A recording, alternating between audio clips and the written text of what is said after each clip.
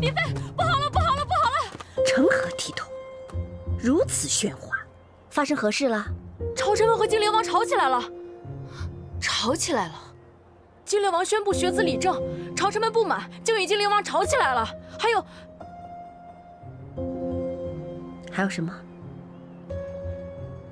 快说！他们说黎妃妖非惑主，支持彭城王代政。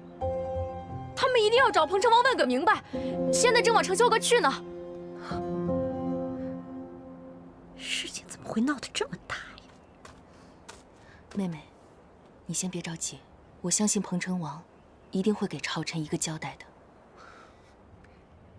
我相信殿下。哎呀，不行！朝臣闹事，这传出去，对康儿和黎妃的名声总归是不好的。我这就想办法过去说和说和。妾和妹妹一起去吧。好，清者自清，绝对不能让他们玷污了彭城王的名声。走吧。黎妃，黎妃，你怎么样？妹妹，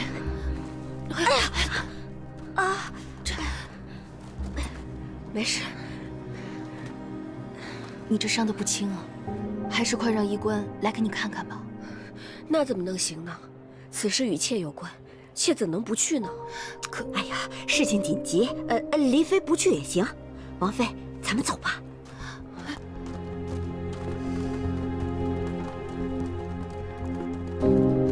快走。是。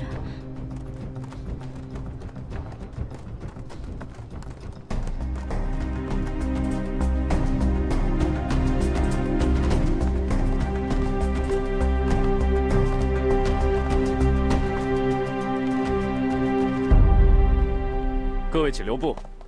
金陵王有令，任何人不得入内。沈直，你何时听命于靖陵王了？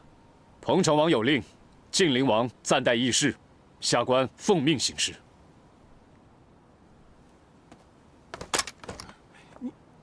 你敢？中书令见谅，下官奉命行事。彭城王虽贵为监正，但我等同身为人臣，自有劝谏之责。难道沈将军是要包庇黎妃不成？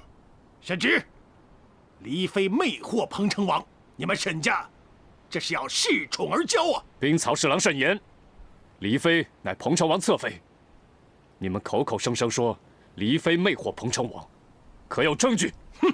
你一个领军将军，居然敢在此出言不逊，冲撞各位朝臣！沈直，我看你真是狂悖无道，还不快给我闪开！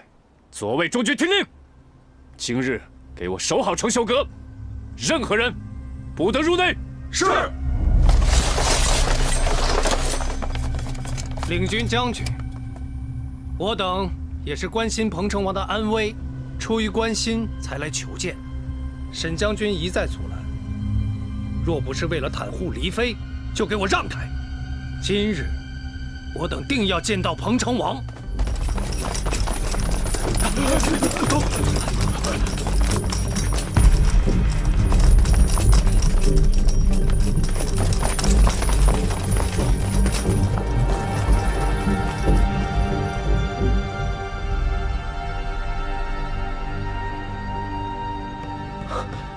殿下，你快点醒来吧，晋陵王快压不住了。参军，怎么办呢？沈将军拦不住，大臣们就要冲到殿内了呀！去把殿下的外衣拿过来。参军，光天化日之下，如何假扮殿下呀？要是被发现了，那可是要杀头的呀！死就死吧，快去拿呀！哎，是。也不知道丽妃那边怎么样了。殿下，我该怎么办？参军，参军，你真要办上啊？管不了那么多了，反正也不是第一次了，能忙一时是一时吧。求见彭城王。求见彭城王。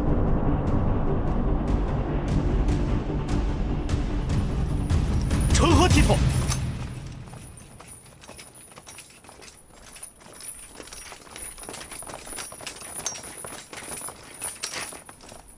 这里是承修阁，彭城王府内院。各位都是朝堂重臣，能不能有点规矩，有点礼数？你们这样擅闯内院，成何体统啊？彭城王今日行事蹊跷，让我等不得不担心彭城王。若不是看在各位是朝堂公骨的份上，我何必在此苦心劝解？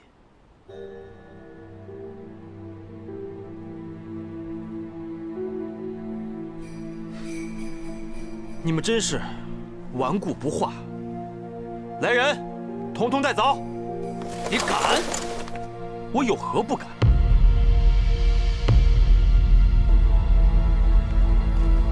慢着！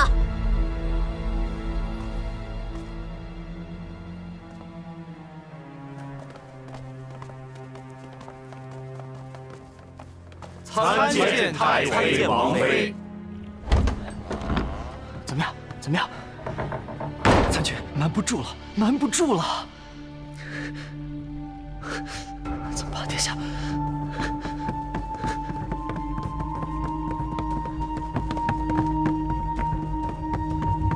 殿下，你快点醒醒啊！殿下，太妃来了！殿下。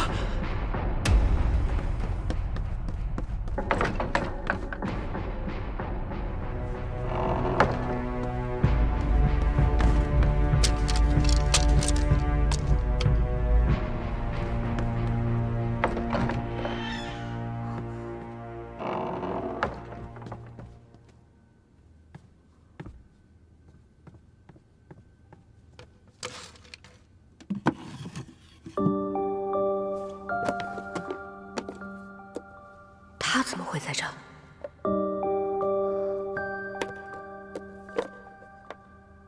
天诛丞相，金陵王急着找的就是这个。不知道彭城王发生了什么事。彭城王，一定是你用的刀。青儿，青儿，青儿，青儿，青儿，让你拿个披风怎么这么久？太妃还等着让你送过去呢。啊，来了来了。你快点送过去。若是太妃受了风寒，看怎么罚你。好。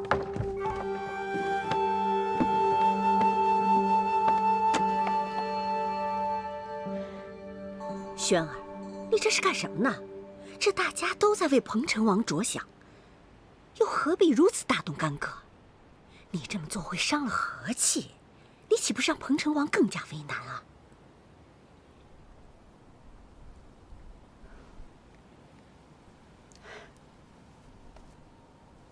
诸位大臣，你们都是在为朝堂做事，彭城王怎么会不愿意见你们呢？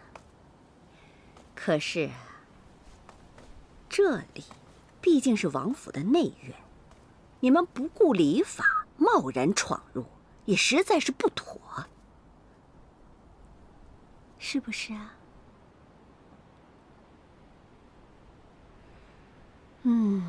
这样，如果呢，你们执意要见彭城王，那不如让我亲自去请殿下。王妃，你看如何？一切听从母妃安排。母妃，叫三宝。太妃有请曹参军。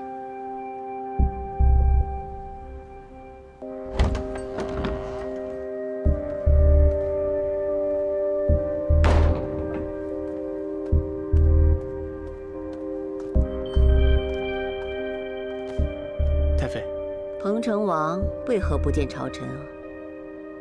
这个，你吞吞吐吐的是何意啊？曹参军，彭城王究竟如何？你从实说来。这个……好，既然你不说，那我可就自作主张，亲自去看一看。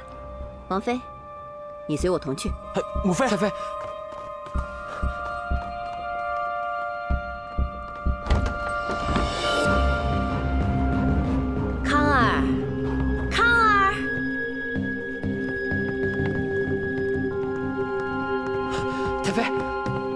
太妃不便入寝殿，还请留步啊。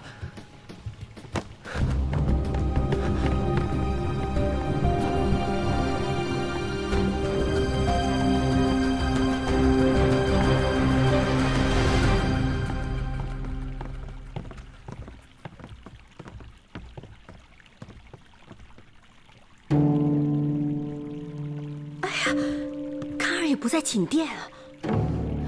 三宝，今日殿下未去知见殿，又不在承修阁，不会是出什么事了吧？下官，你快说啊！下官真的不知道啊。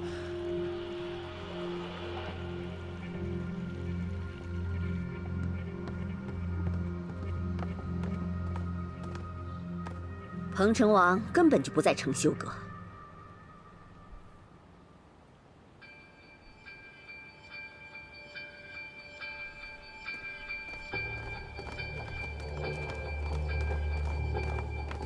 轩儿，你在隐瞒什么？这彭城王到底发生了什么事啊？你快说呀！你别让我担心了。靖灵王，如今太妃和王妃可都是见证，你欺上瞒下，讹言谎语，我定要参你个假传政令之罪。你快说呀！彭城王到！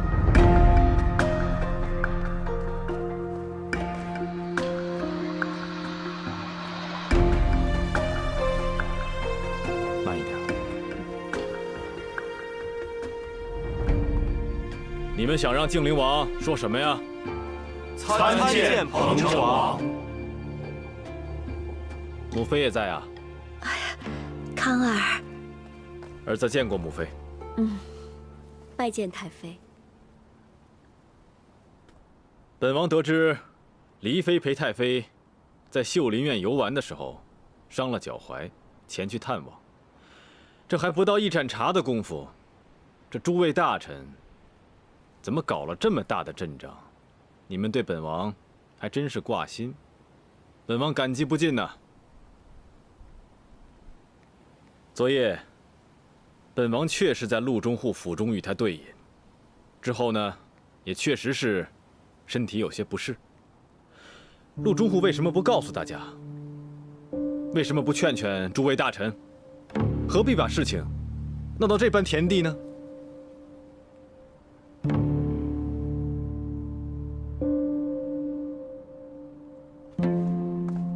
本王既让靖灵王宣令，他的话就是本王的命令。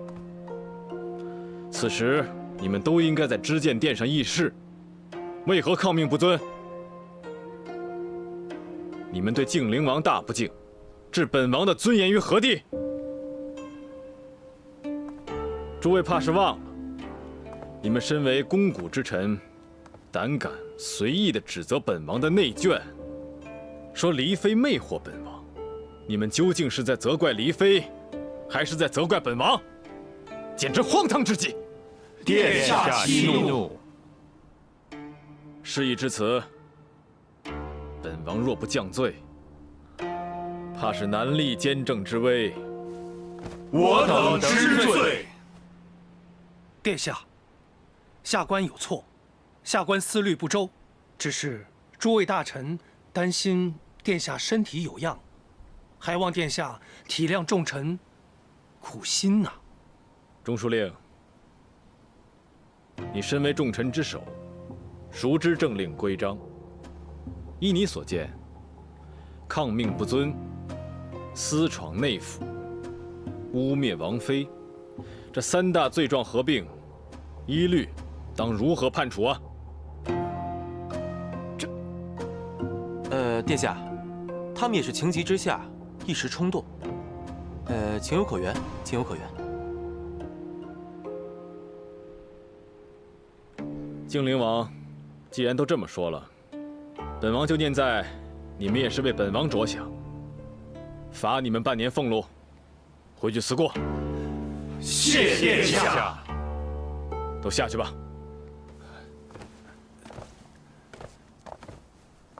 我等告退。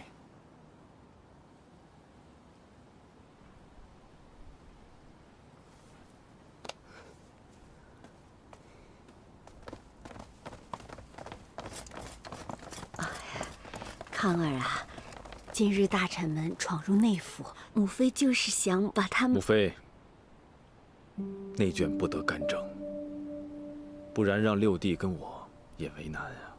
是，母妃处理的不妥。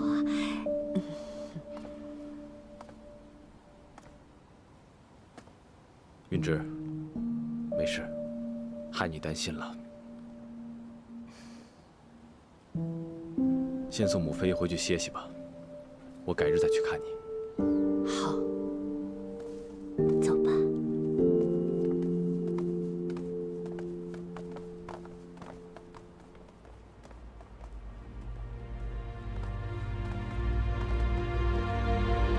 四哥，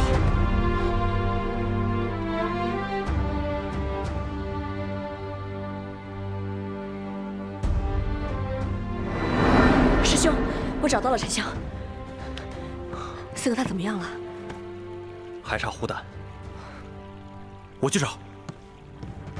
黎妃，沈将军快拦不住了，殿下再不行，咱们就瞒不住了。师兄，此事事关重大，若让朝臣们知道殿下现在昏迷不醒，若再有奸佞小人加以利用，那后果将不堪设想。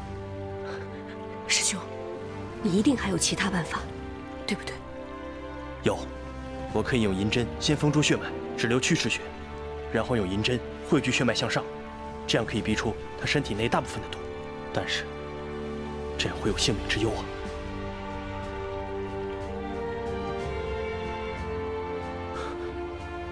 我出去拖住他们，你们一定要把殿下救醒啊！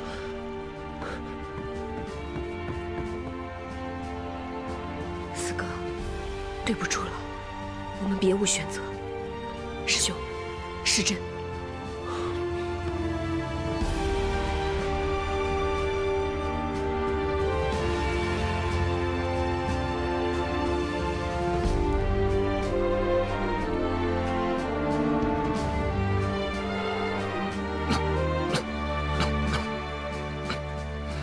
四哥，四哥，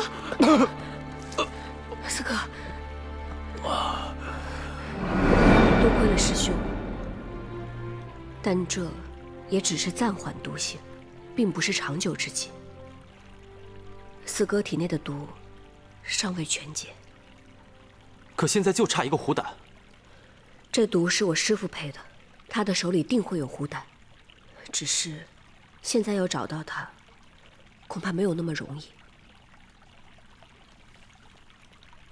不用担心，我现在已经醒了，我们一起想办法。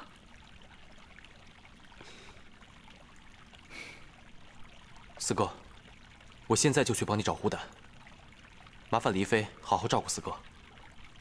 六弟先告退。好。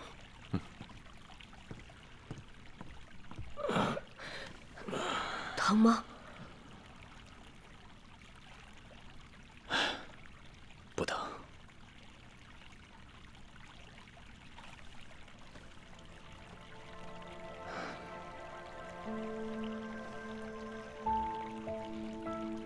四哥，若时间可以重来，我宁愿我们从未相识。可是能遇见你，是我这辈子最快乐的事了。对不起，四哥，我真的不是故意的，我不知道那是你。对不起，上一个痛，对不起。都过去了。四哥，你怎么了？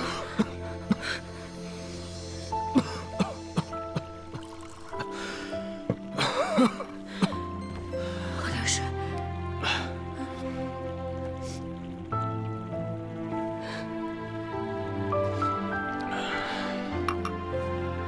昨晚在三九堂，我听你和六弟的谈话。彭城民乱是吗？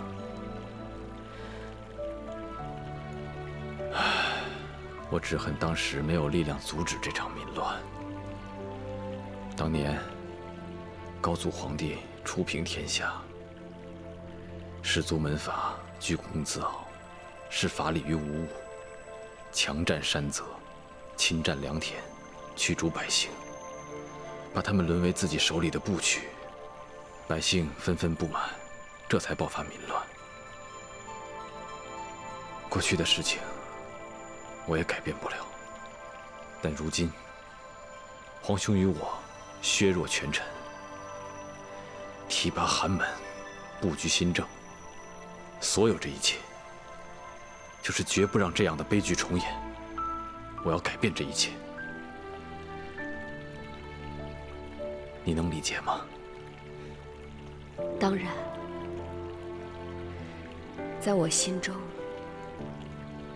你既是那个给我讲狼群故事的四哥，也是要依法治天下的四哥，还是那个心忧百姓、胸怀大志的四哥。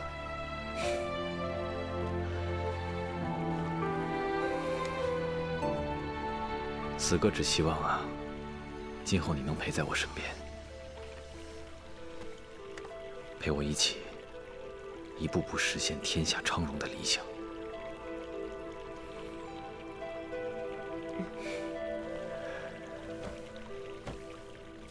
从此，你不再是我魂牵梦绕的侠女，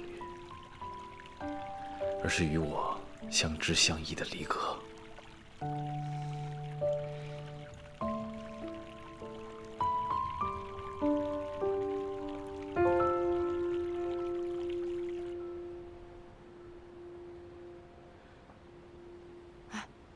刚刚那些大臣怎么回事？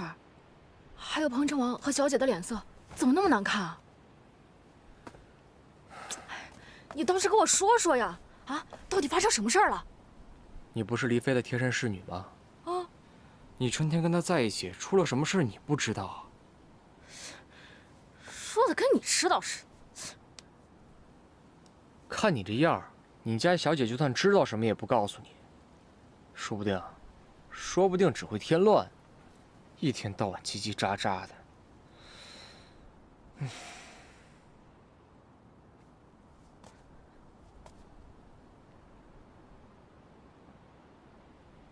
哎，你怎么不说话了？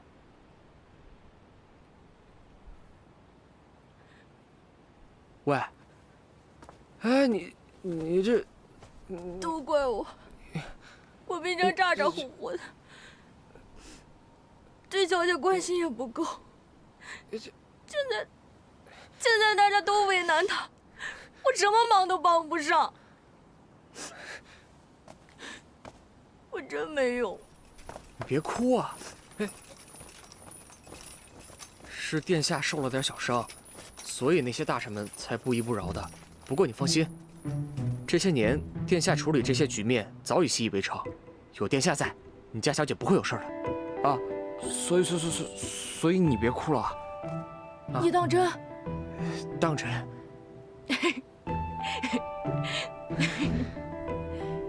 彭城王和三宝哥真好。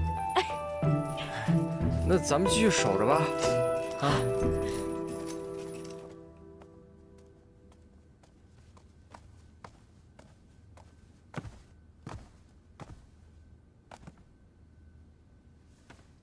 参见太妃。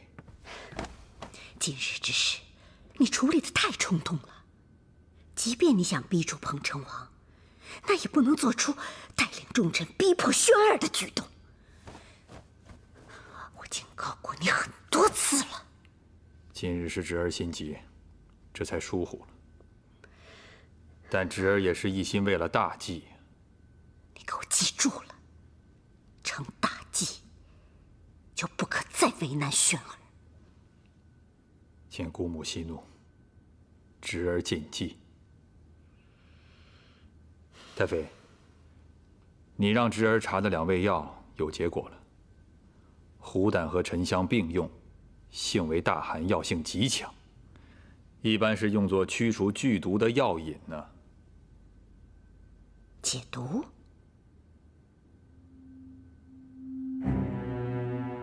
轩儿要解毒的药引作何用？难道是彭城王可能中毒了？春芳，把我的天竺沉香拿来。是。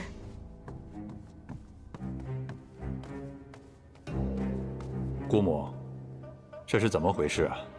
昨夜，玄儿来问我要天竺沉香，当时我心中有所警觉，便留了个心眼儿，谎称用完了。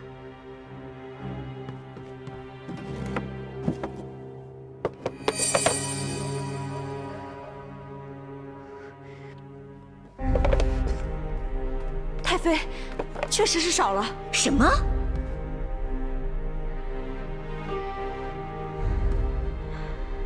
我只是去了程修阁一会儿的功夫，就有人拿走了我的天竺沉香。若彭城王真的中毒了，侄儿就一定有办法让他露出破绽。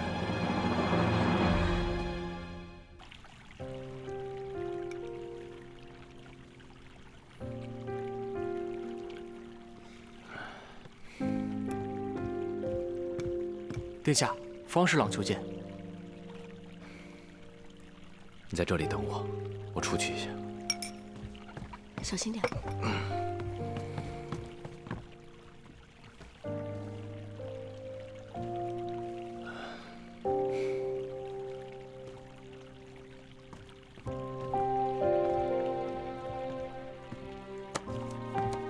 殿下，这是朝臣针对学子入室的奏书。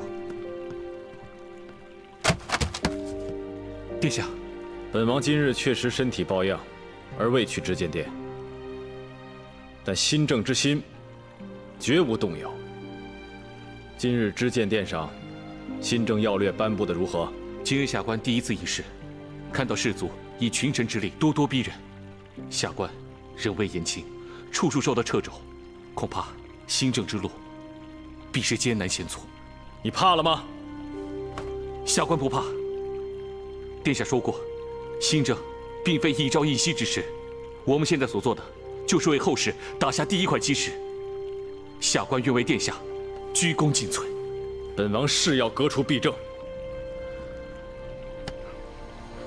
无论如何，士林堂编纂修文不变，新政实施推演不停，定土断修选官不变。天下民有所系，利无苟得。本王此生足愿。是。你先下去吧。是。殿下，北魏军报，魏军秘密集结。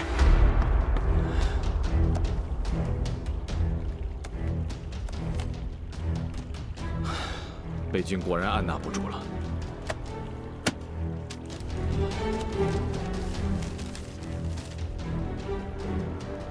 黄河以北，北境险情。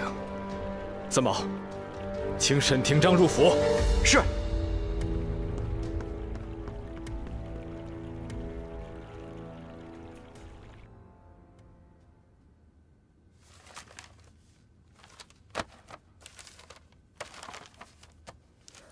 怎么样？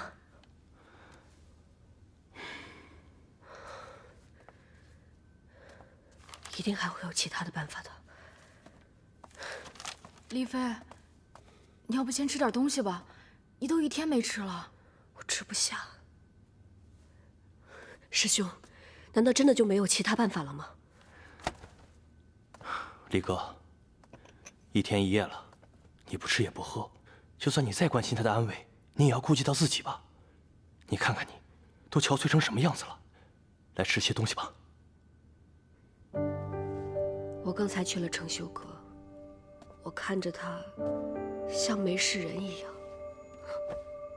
不管是不是生命垂危，不管是否还有明天，他一心操持着新政。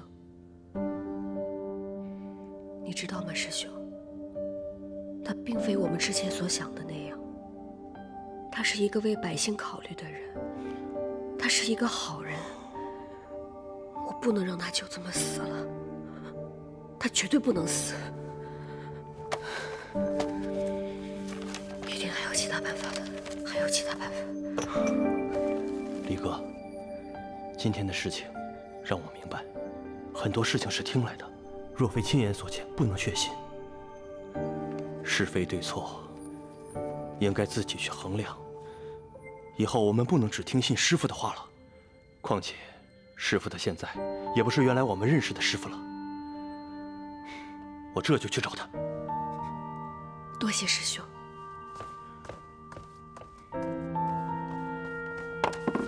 丽妃，你要不先吃点东西吧？小心，帮我一起找。好。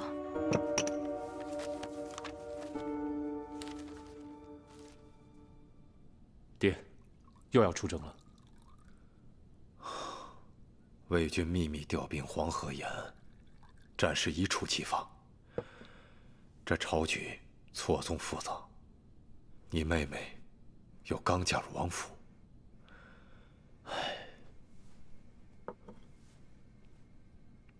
儿子明白。你看到兵头调令了吗？让我们绥远军紧急布防黄河沿线。又要打仗了。哎，这次去啊，不知道又要多久。哎，这次回来，我回了趟老家，谁知家里的地大半被士族圈了去，说是什么税捐不够，用地来顶。哎，你们说说，哪有这样的道理啊？啊，还道理？那将军呢？啊，出生入死20年，哪场战役不是身先士卒？竟也遭奸臣诬陷，落得下狱受刑，满身的伤。那帮贼子也下得去手。是啊，就那帮朝臣，哪能体会我们在边疆出生入死的苦？就是啊，谁说不是啊？保境安民的事，我等义不容辞，出生入死也不怕。对，是啊。可这帮奸佞，压榨百姓，勾结将军，真是气不过。够了！服从军令是我们的天职，将军这么做肯定有他的道理，不要再说了。是。你早就知道。益州大捷，士气高昂，将士们心中难免有一丝浮躁。紧接着驻防一案，虽说我们沈家洗脱了冤情，但最终还是伤了将士们的心。他们虽嘴上不说，但心中却已有怨念。是我疏忽了，没有及时体察将士，安抚军心。倘若被有心人利用，20万绥远军的战功，就是悬在我们头上的一把利剑。到时候，我们沈家该如何自处？爹说的对，将士们心中怨念甚深，若是带着这股怨念回北京，恐怕会影响全军。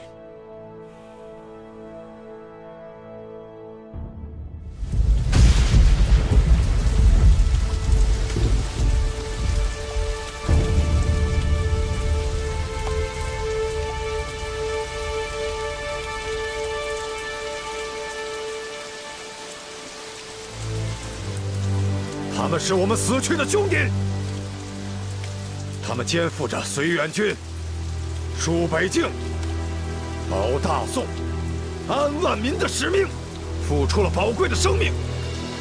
但如今，他们的兄弟却忘记了这份使命，军心涣散，妄议朝堂。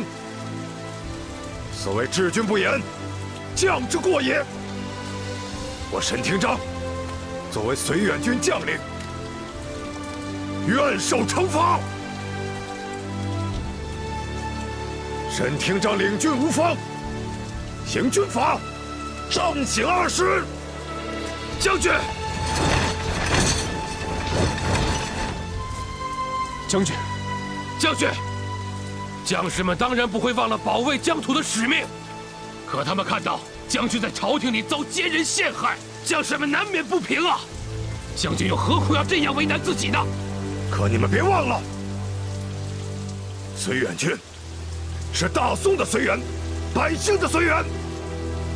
身为绥远军，不问其他，只问本心，那便是保境安民，明白吗？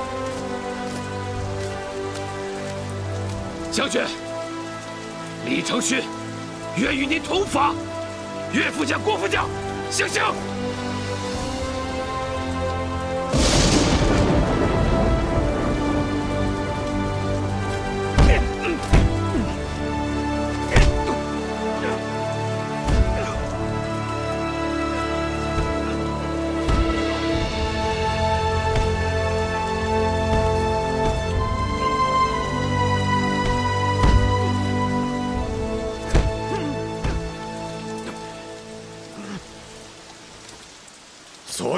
归队！今日，在死去的兄弟面前，你们再告诉我一次，我们绥远军的使命是什么？戍北境，保大宋，2万民！保大宋！保大宋，2万民！保大宋，2万民！子金，子金，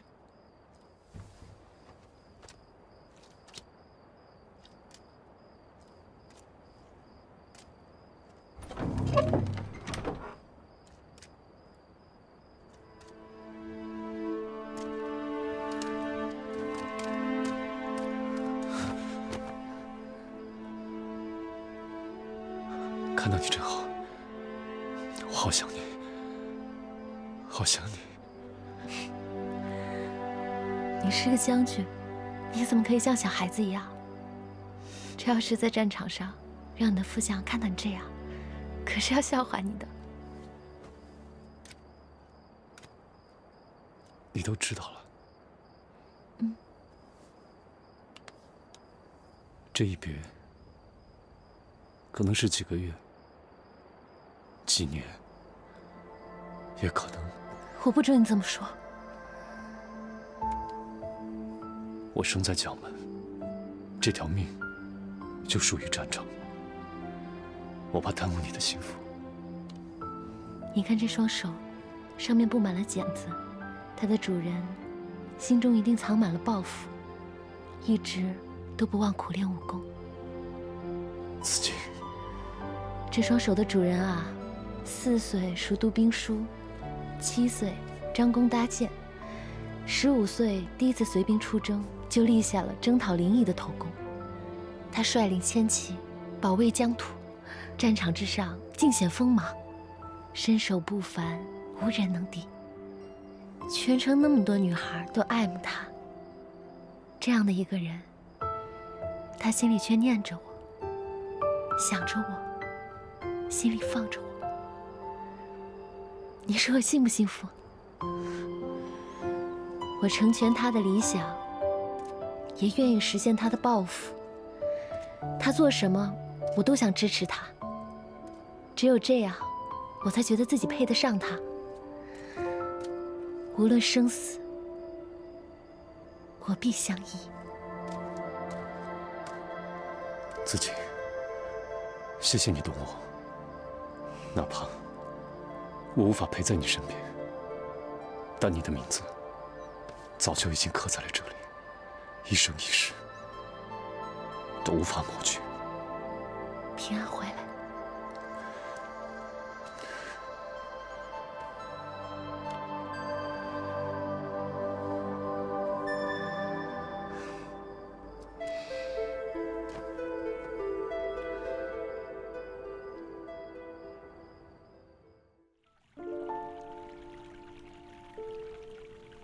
南风知我意，吹梦到西洲。你笑什么？没有啊。说嘛。我一闭上眼睛，便会想起我们每一次见面的情景。你还骗我说自己是个商人，还假扮陆府的管事，结果却被霍云抓了去，害得我们那一晚上在山里头追啊、逃啊、跑啊。你还说我呢？你不是也一样？如花似玉的一个大姑娘，不爱红妆却爱武装，还要喝酒，连我都喝不过你。那日，你问我有什么喜欢的事物，我都已经告诉你了。你还没来得及告诉我呢。我也想听听你的。我已经说过了，就在那晚你睡着的时候。都说了些什么？我说了我的名字，我说我喜欢比心酒，喜欢梨花，喜欢随饼，还说我喜欢我们的小舟，刚才的那句诗，也喜欢你。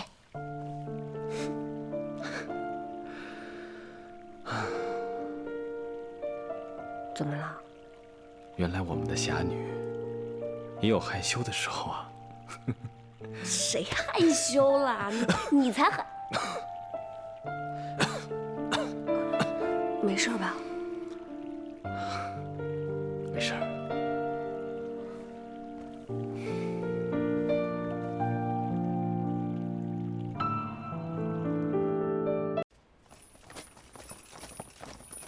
何事？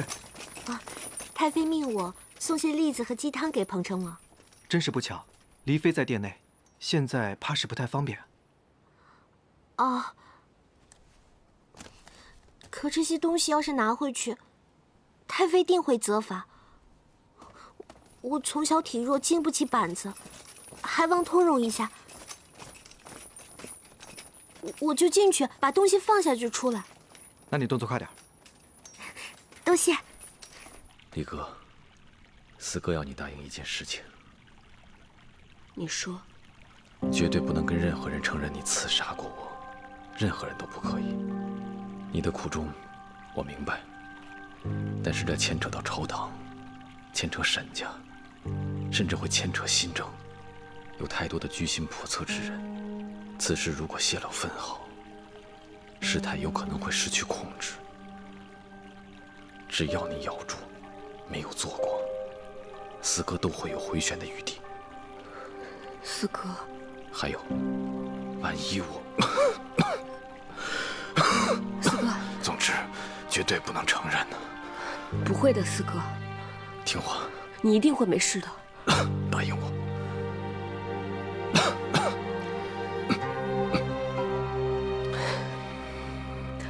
好，我答应你。但是你也要答应我一件事，我们两个绝不分开。好，我们再也不分开。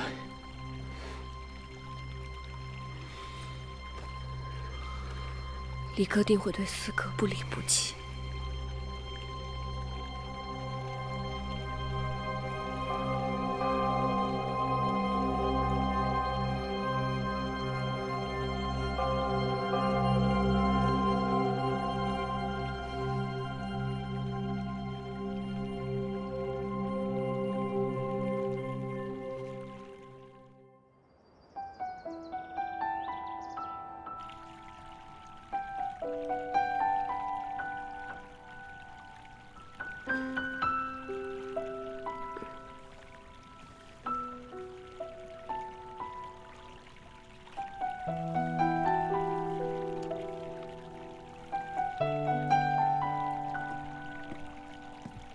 李妃，李妃，殿下该去知见殿了。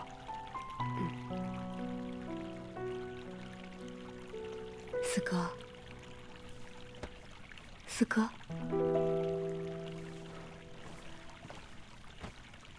四哥，四哥，快醒醒，四哥，四哥。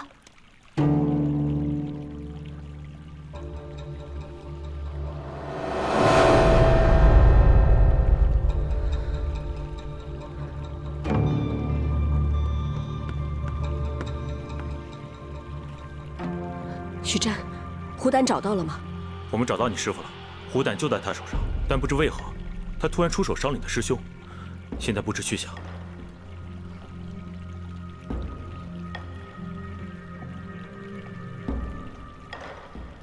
李哥，若彭城王出现昏迷不醒，给他服用此药暂缓。此药极为凶险，必须在4个时辰以内服下千丝银的解药，否则必死无疑。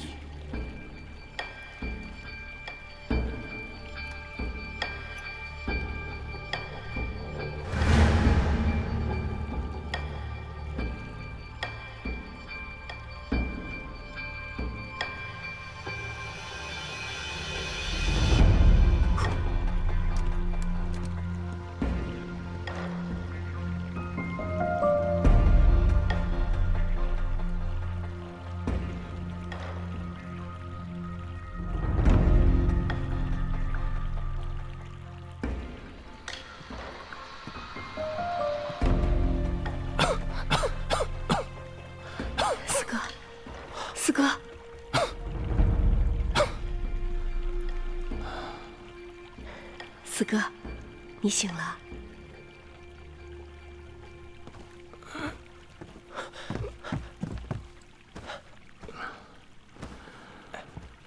没事，就是有点累。是不是要去医室了？四哥，放心吧，我撑得住。三宝，更衣。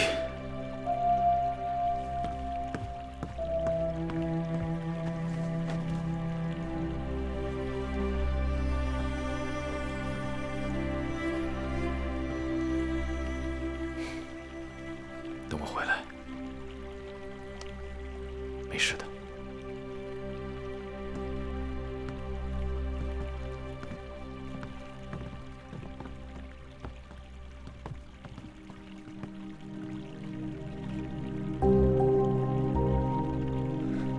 许战，我要出府。出府？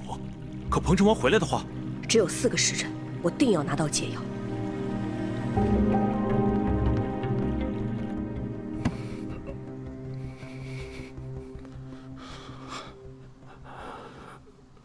殿下，下官接北境军报，魏兵近日蠢蠢欲动，分东西2路，潜伏于黄河一带，估计有10万兵力。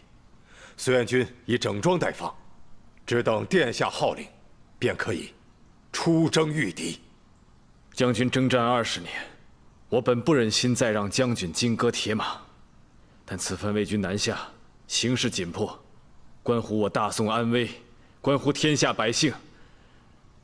而一战能胜者，非将军莫属。所以，殿下，下官也有一事要报。说。昨日，沈将军在军议堂前，率众绥远军将士自罚请罪。此事我也有所耳闻呐。主要是因为绥远军诸将对驻防一案心怀不满，所以出口不逊，诋毁朝堂。殿下，末将领军无方，导致军心涣散，末将有罪。可昨日，殿下，下官理解沈将军是为稳定军心，迫不得已。可若此事传出去，百姓该如何看待呀？殿下，近日建康城内还广为传颂一首童谣：“何闻建康君王笑，刘家天下沈家军。”沈家军呐，沈将军，这绥远军何时改了姓氏了？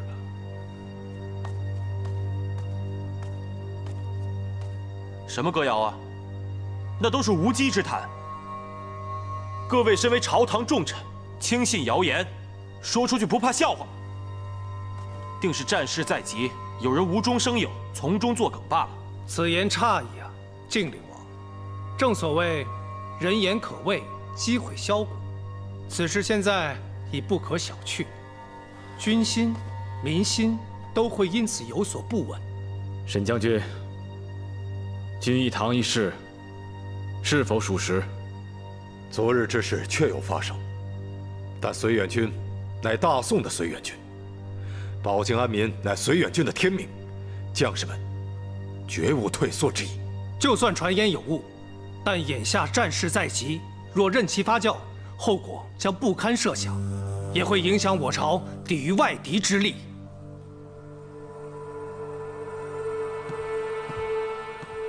为稳军心，下官恳请殿下亲自犒军。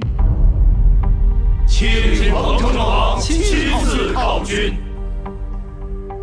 好，真是同心协力呀！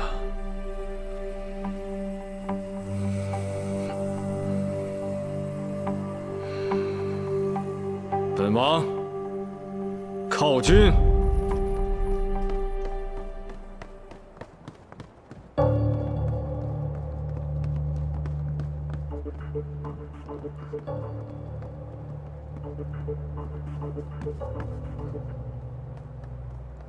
为何如此匆忙？最近啊，我学了几个新法式，特别好看。哎，吴能，快，我们去拿东西去。你先喝口茶。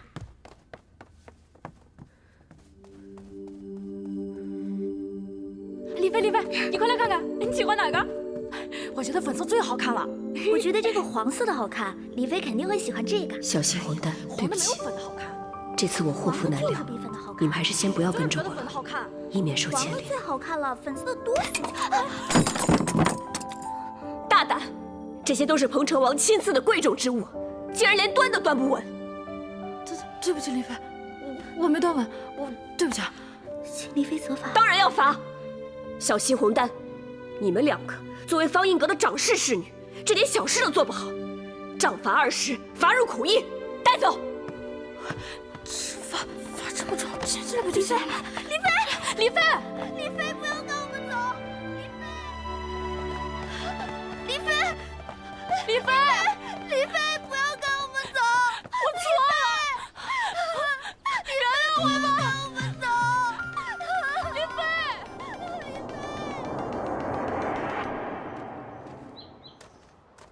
见过太妃。啊，我让你办的事如何呀？回禀太妃，我在承修阁守了一夜，并无见传召衣冠，也无任何其他可疑之人出入。但有一小事，我觉得奇怪。黎妃的贴身侍女小欣和红丹，只是犯了一个不足挂齿的小过错，黎妃却突然大发雷霆，追究不放，不仅训骂了他们，还将他们赶去了苦役处。此举太过反常。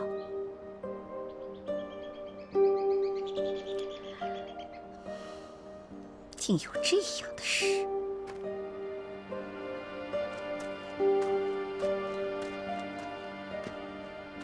这两个侍女对黎妃一向忠心耿耿，黎妃也对二人爱护有加，如今却借故赶走二人。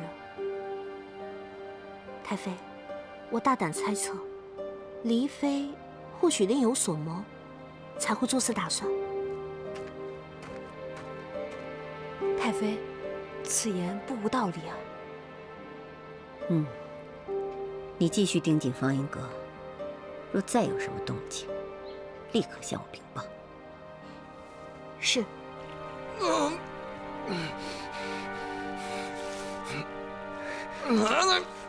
四哥，你先下去吧。哎，殿下不能去靠近撵仪啊！这又是骑马又是射箭的，殿下这身体吃不消啊！他们不就是想看我出事吗？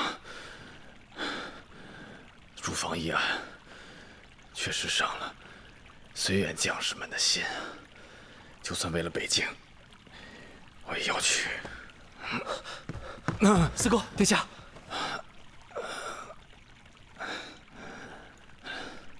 丽妃呢？我从知检殿出来不就通知她了吗？怎么还没过来？说。黎妃出府为殿下寻虎胆去了。殿下放心，许瞻说一定会护黎妃周全。还有，黎妃也说了，不管能不能找到，她一定会回来的。记住，若要有人问起，就说黎妃忧心北境，自请闭关抄经，为民祈福。在此期间，不得任何人打扰。是，四宝，快去。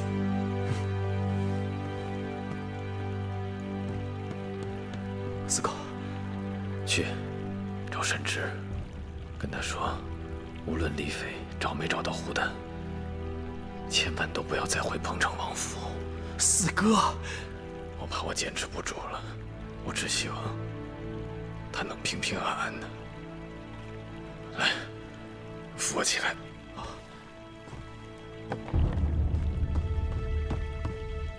打开。这是官员选拔的草拟文书，尚有不少漏洞。学子们还在推演论道，需要不少时间。各地官员是新政实施的基础，要多用循例，而非清流。你一定要记住。这本是关于清理户籍的。思考，不会的，你不会有事的。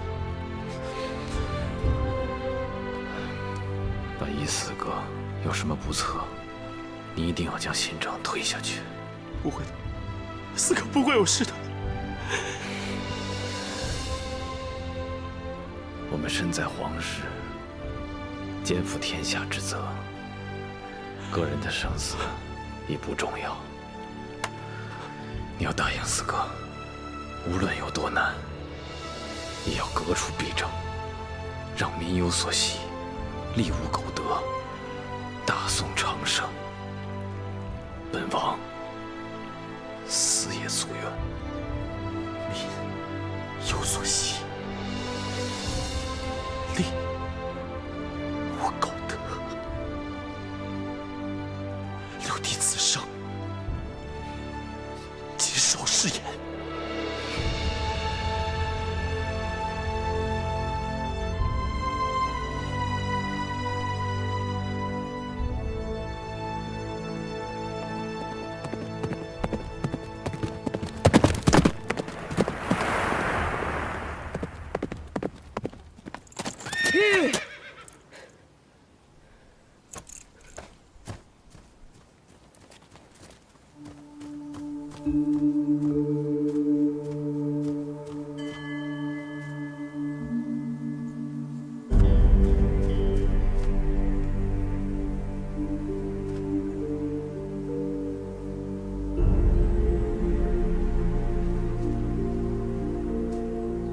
为什么？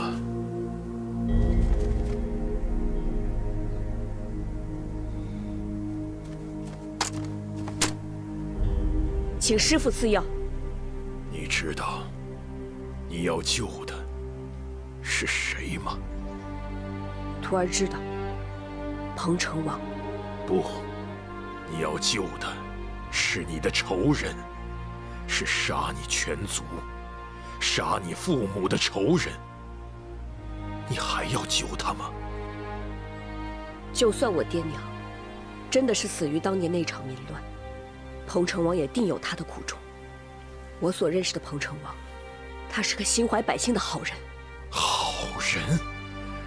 那太傅崔和会死，他为了保住自己的地位，纵容陆氏一门，以致朝廷凋敝，百姓不食。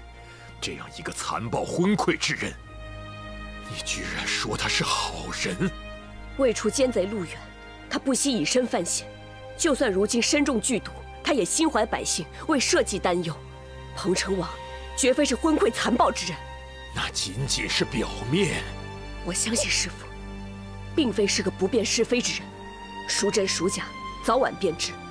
师父不要被谣言所蒙蔽。被蒙蔽的是你。我教了你这10几年，为的是什么呀？你才认识他几天，居然全忘了。徒儿不敢忘。离哥自小无父无母，是师父收养了我，所有的一切，也都是师父亲手教育我的。师父于离哥而言，如同再生父母，有再造之恩。我把师父、师兄、阿奴和众姐妹早已当成一家人，师父的谆谆教导，也早已铭记在心，一个字都不敢忘。只是师父，我们错了。彭城王并非是我们所想的那样不谋其政。我所亲眼见到的他，为还朝堂清明，惩治奸贼，殚精竭虑。他隐忍多年，就算举步维艰，心中也一直存着为百姓谋福祉的夙愿。我相信我所看到的一切。够了！我为你们筹划这么多年，你居然反过来为他说话！师父为何始终不相信徒儿所言？这一切究竟是因为我们，还是另有所图？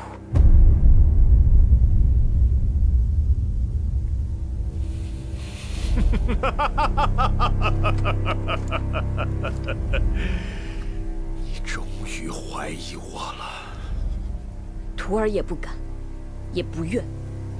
但是有几件事情，徒儿是真的不明白。师父钦定朱雀盟盟规，用毒乃艰险之举，绝不可碰。可师父为何私下在匕首上下毒？这究竟是为了什么？为了确保杀掉这个奸贼。那他既已中毒，为何又引路远来追杀我？夜光粉，唯独师父才有。您也知道，我和师兄定会发现，可您还是这么做了，为什么？因为在您的计划里，早已决定牺牲掉我们。养育了你18年，这18年的养育之恩，你置于何地？是，师父养育我们18年。可是这18年来，从一开始，我、师兄、空城、阿奴、朱雀盟的所有兄弟姐妹，早已在您的棋局里。我们任人摆布，要用的时候便用，该舍弃的时候便被舍弃。我们什么都不能做，什么都不能想，甚至我们根本就不会知道真正的真相是什么。可是直到现在，我才明白，原来真正的真相是，在师父眼中，我们只不过是一颗颗棋子罢了。伟大计划，我不惜一切。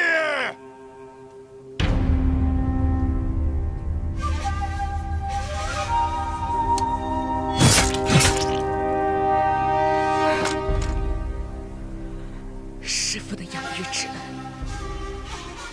离哥愿用命偿还。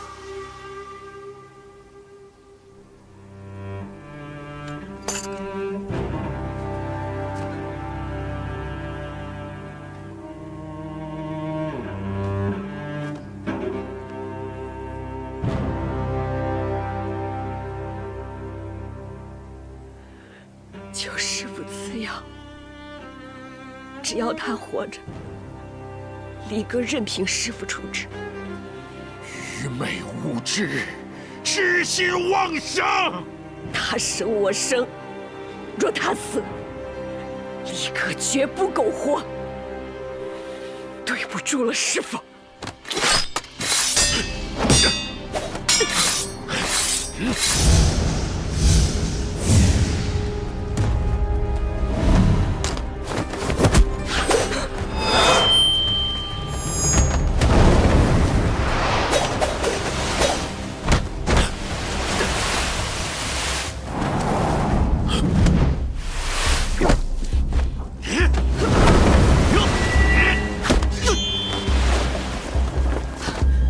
师兄，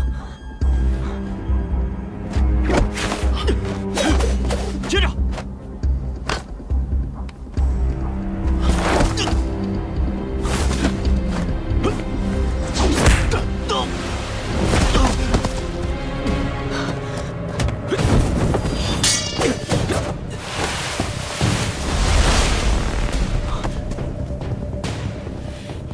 李哥，快走，先救人。师兄许战，保重。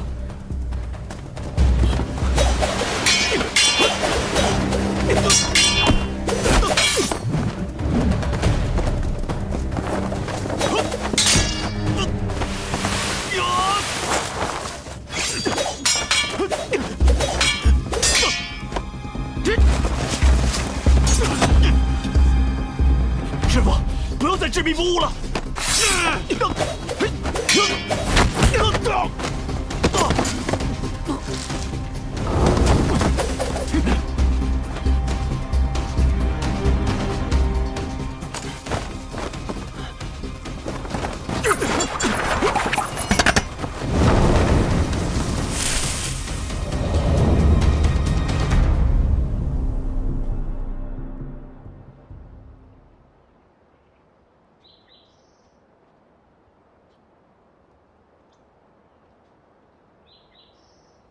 多谢相助。没料到吧？你自小养大的徒儿，居然为了彭城王要杀你。于离哥他们，我是有愧的。有愧？有趣。但你不要忘了，若此次败露，他们也活不了，你也活不了。彭城王会放过你们。那满朝文武呢？还有你那些兄弟，他们永远都将是孤魂野鬼。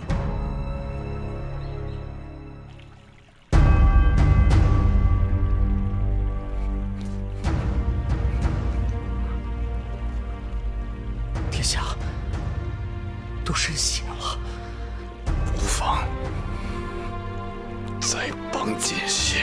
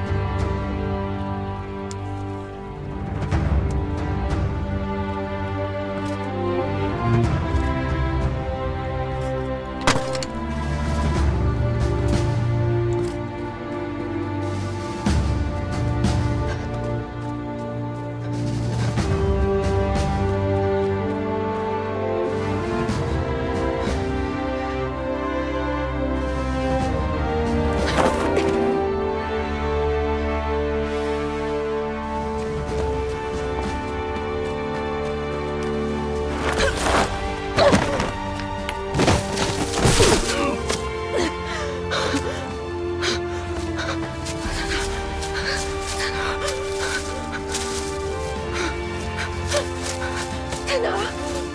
不要，不要！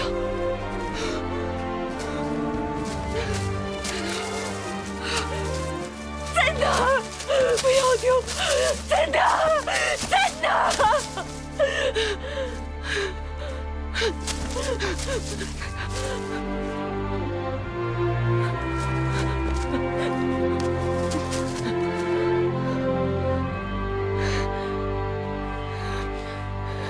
四哥，等我。